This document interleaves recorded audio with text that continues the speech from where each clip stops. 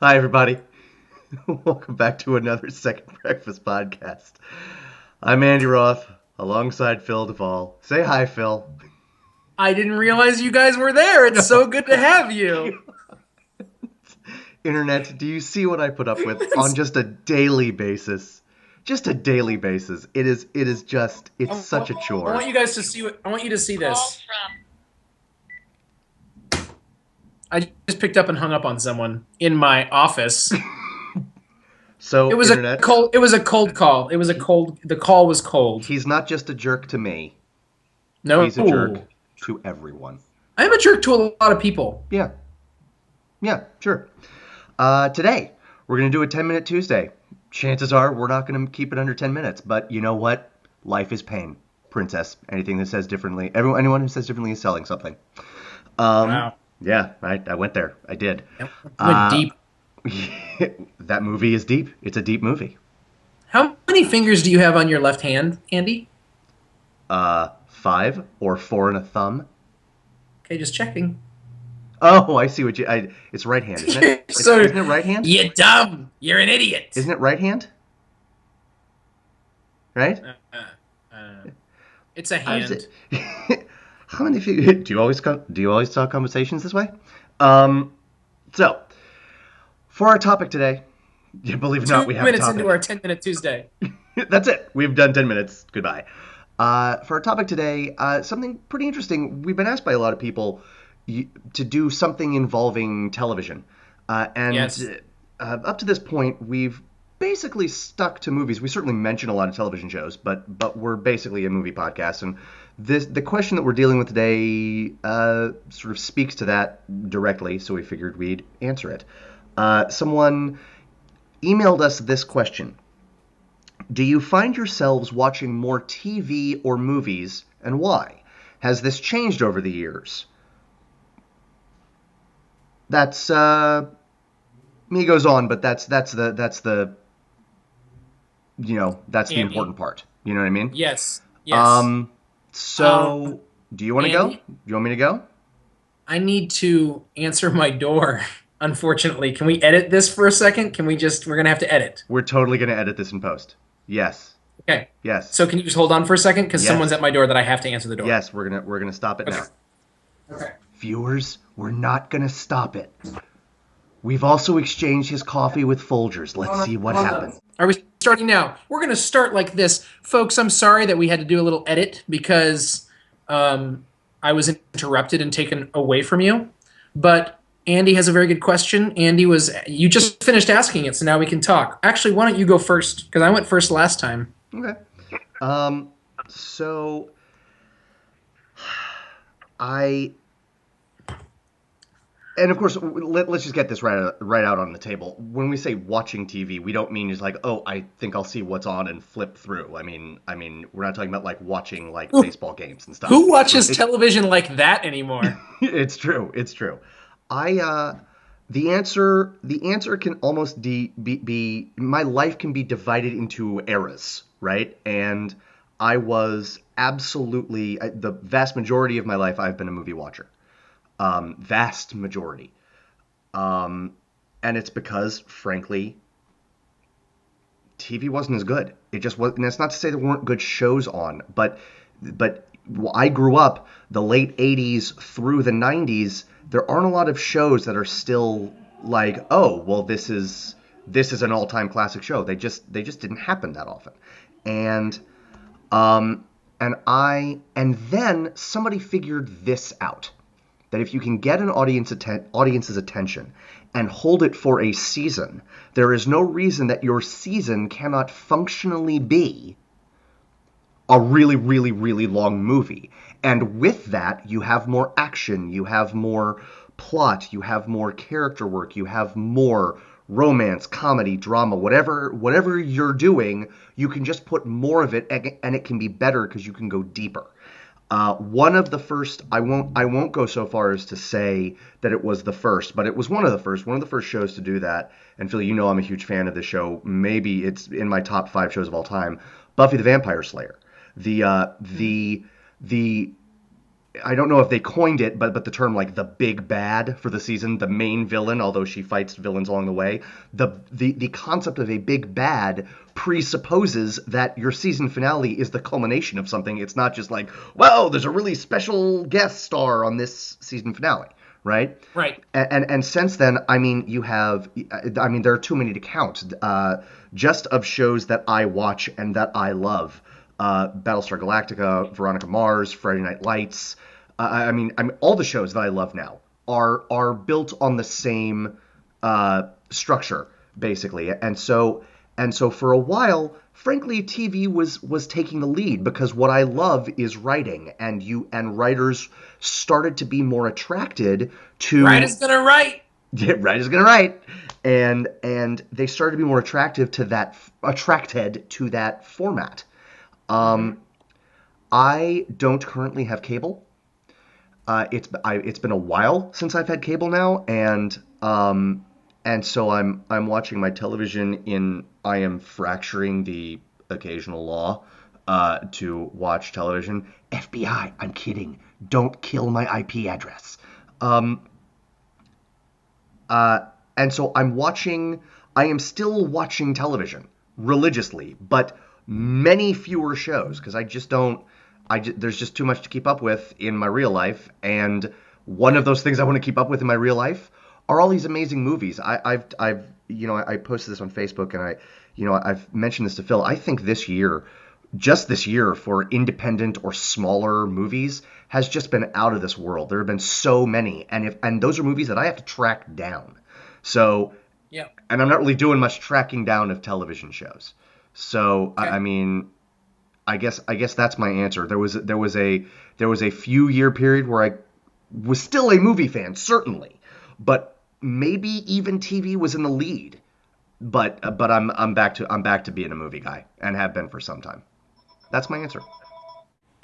So I think the thing for me is that I think I'm always going to be a movie person first and foremost. That I love movies, and that to me movies are a big deal. And even now, when you think about TV stars and you think about TV characters and TV stars, like you actually have a much longer relationship with them, and Yeah. more people. Like for instance, everyone's like, "Why is Charlie Sheen such a big deal?" And it's like because 6 million or whatever, 12 million people would come into their house Every once a week. week for Yeah. 8 years, and sometimes more if it was in syndication. Yeah. And that's why. Except for some reason, it still doesn't matter because he wasn't in a movie. I mean, that's the movie. The movie is more important still in my head. That is the height of it. But I have to say that there's a piece of that that's changing, especially I'd say in the last 3 or 4 years, where there's something to me that's more appealing about being in a television show, and that my feeling about how important it is to be a movie star, while still the same, I think it might be more antiquated at this point because Well, I think we're seeing a shift in the TV quality.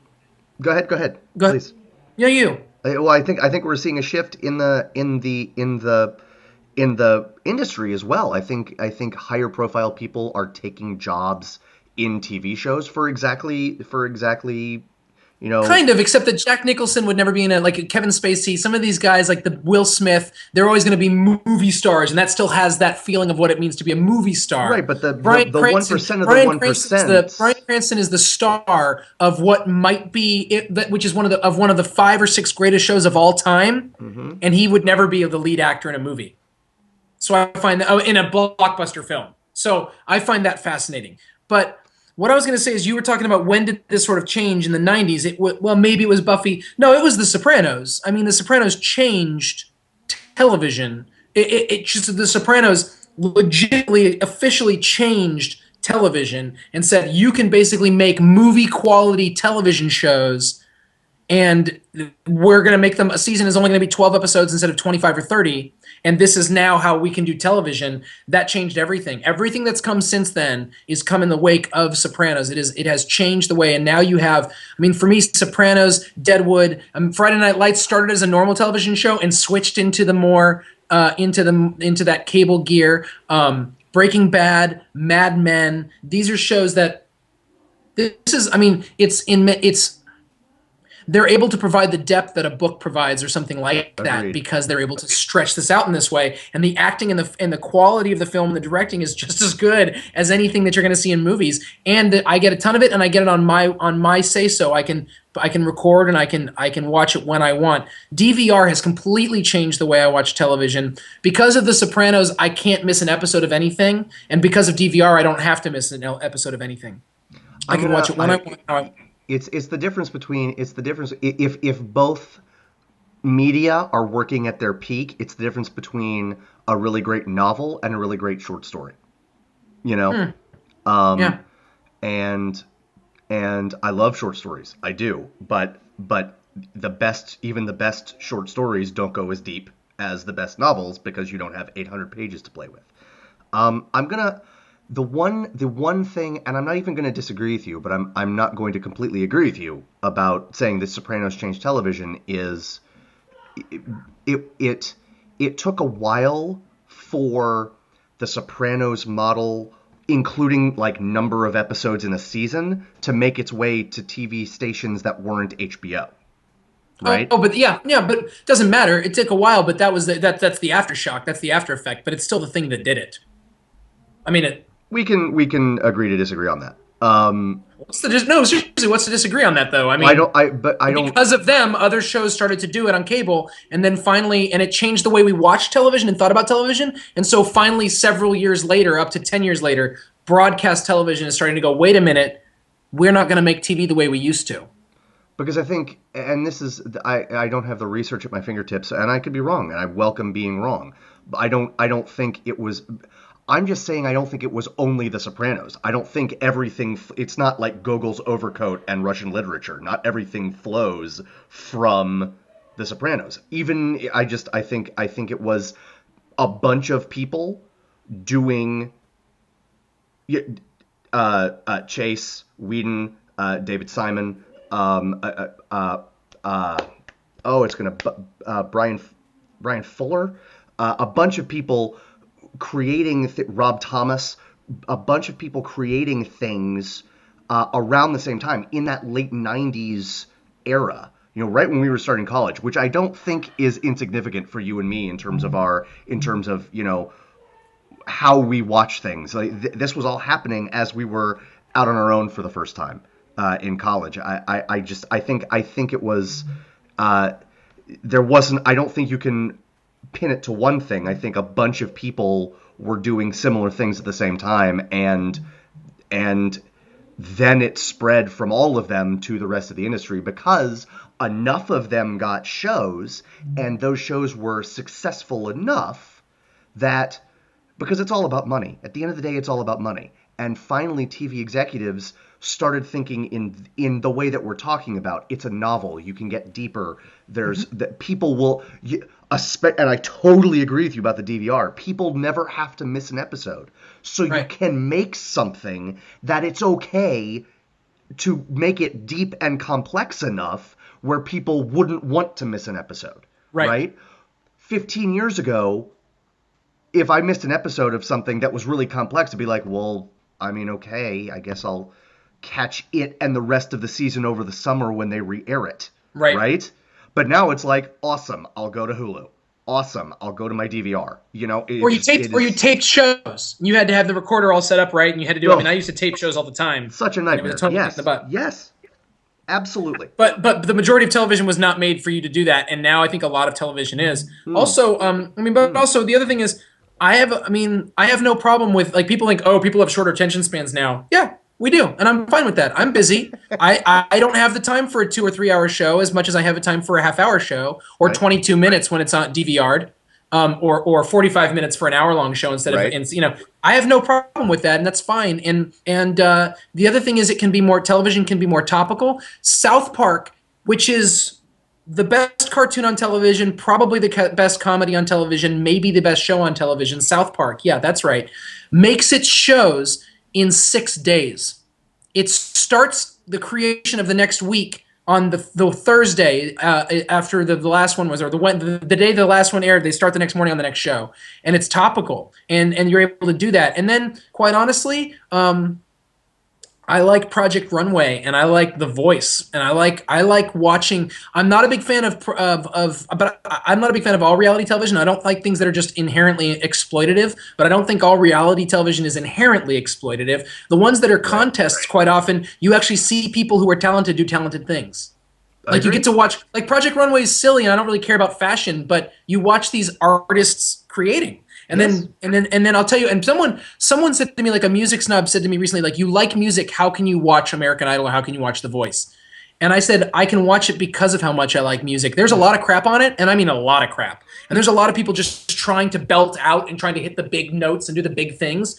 But once a week, someone gives me goosebumps. Once a week, some person who I may never care about again. What is that? They're not going to be famous after the show. Who Who cares? cares? I don't care about Who that. cares? In this moment, they gave me like you see this person rise up to a level of musicianship and like just nail something. And who cares if they ever do it again? Right, Like right. Because the music industry doesn't have a lot of one-hit wonders. you're right. The Trogs wrote Wild Thing, and then what else did the Trogs write? But Wild Thing is awesome. But Wild Thing is awesome. Yeah, yeah. So yeah, That's a totally I disingenuous watch I argument. watch I That watch way more television than I watch movies. But which is more important to you though? That also can be television, but up until a couple years ago, I would have said movies. I yeah, think movies is more important to my development and more important to me. But I feel like honestly, you and I could do a TV podcast, and I would feel almost identical. To me, the media of TV and movies, they're not perfectly separable for me. And agreed. and I movies absolutely agree with movies you. feel more special. Agreed. Movies feel more special and they feel bigger and more important. I But agree. TV shows matter tremendously to Yeah, me. even if you And take out things like sports and just flipping, I probably watch more TV in a week than I do movies. I don't know that, especially yeah, since we started this thing. I don't know that, but I mean, at the end of the day, and I'm not saying you're making this argument. At the end of the day, I don't care. Like, it's not about a number for me. It's about which makes me feel more special. And I feel that it is. I agree with you. There is something. It's like Susan Sarandon's opinion on baseball in Bull Durham. It's a cathedral of baseball. I go to the church of baseball. In some sense, and I don't mean anything offensive to you by this, my friend. Movies are my church. The theater is mhm, my holy place. yeah, And that doesn't yeah. mean that I don't love the Listen, hell out of television I shows. wish that You I know? wish that real churches had milk duds. So I completely understand what you're saying. No, I mean, no, I hear you, man. That's the whole other thing. The church is the going into a movie. The going into a movie theater is my favorite place to be. The first time I saw the It's an Green, event. It's an event. yes, But yeah, because it's an event, that doesn't like it's a bigger event than television. That means that television has like when I come home from a hard day's work, and I'm exhausted, I don't want to go to an event. but I might pop in a movie as opposed to watching a I'm, television show. but that's an hour and a half of my like brain with no I breaks agree. because I want to No, no, pay no. attention, Absolutely, absolutely. I right? agree. I agree. I stand by my statement. Like, going to movies is one of the things that I originally loved about movies. Yes. But that feeling, to go back to the special place an analogy. That feeling that I got the first time I saw the green grass in the outfield at Fenway. Regardless of what I think about the Red Sox as a team or whatever, like that feeling I get even now when I start a movie. I don't get the same feeling or the same extent of the feeling, but it's the Yeah. same feeling. It's like Yeah. this is what I'm supposed to be doing right now. This is the Yeah. thing that's special. And Yeah. even even television shows that are truly, it would be impossible to craft them better, like Friday Night Lights, like The Sopranos. I don't. I get a wonderful feeling when I'm watching an episode, and when I start an episode, it's just, for me personally, it's not the same. It's not identical. The Sopranos got there for me. The Yeah. Sopranos for me. I remember the season finale of the fourth season. Carmela kicks and Tony out of the house. Right. And now there's 6 seasons, so I'm spoiling the end of the fourth season for you, but I'm not spoiling the entire show. Right. But at the end of the fourth season, she kicks him out of the house, and I remember like then there's a year till the next episode, and I remember sitting there in the shower the next day or like a week later, being like, "Oh my god, like what? It's totally fake." I and it made me love James Gandolfini. I mean, the acting that James Gandolfini and Edie Falco are the things they're able to accomplish as performers. You know, you know, I don't know that I have the same feeling. I don't know that it's truly gotten there for me. I wouldn't even necessarily call it my favorite show on right now, but what you just described, that like, oh my god. I think Louis has gotten there for me now. I mean it's 22 minutes of perfect. It is the show Louis is something very special that's happening on television right in front of us. Yes. And I would say Louis C.K.'s career and his personhood, his being, is something that's really special to our culture right now, whether we acknowledge it or not. And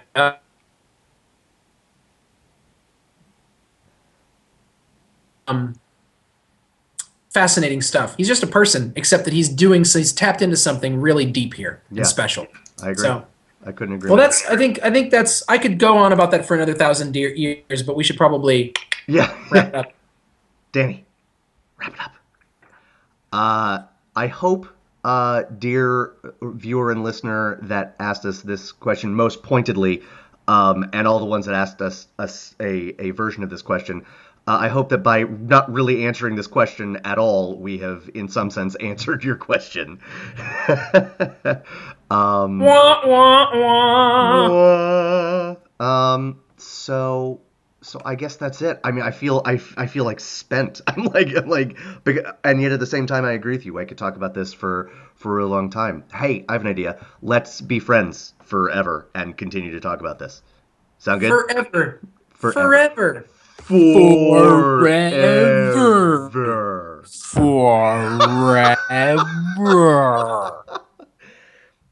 Internet, I know that a lot, possibly even at the beginning of this podcast, I say, do you see what I have to put up with? Right there, what just happened? That's why I put up with it. Guys, this has been another Second Breakfast podcast. It's been a blast, as per usual. I'm Andy Roth. That's Phil Duvall. And I love you guys. I'm Phil Duvall. What up? Yeah, we'll see you again real soon. Bye-bye. Bye.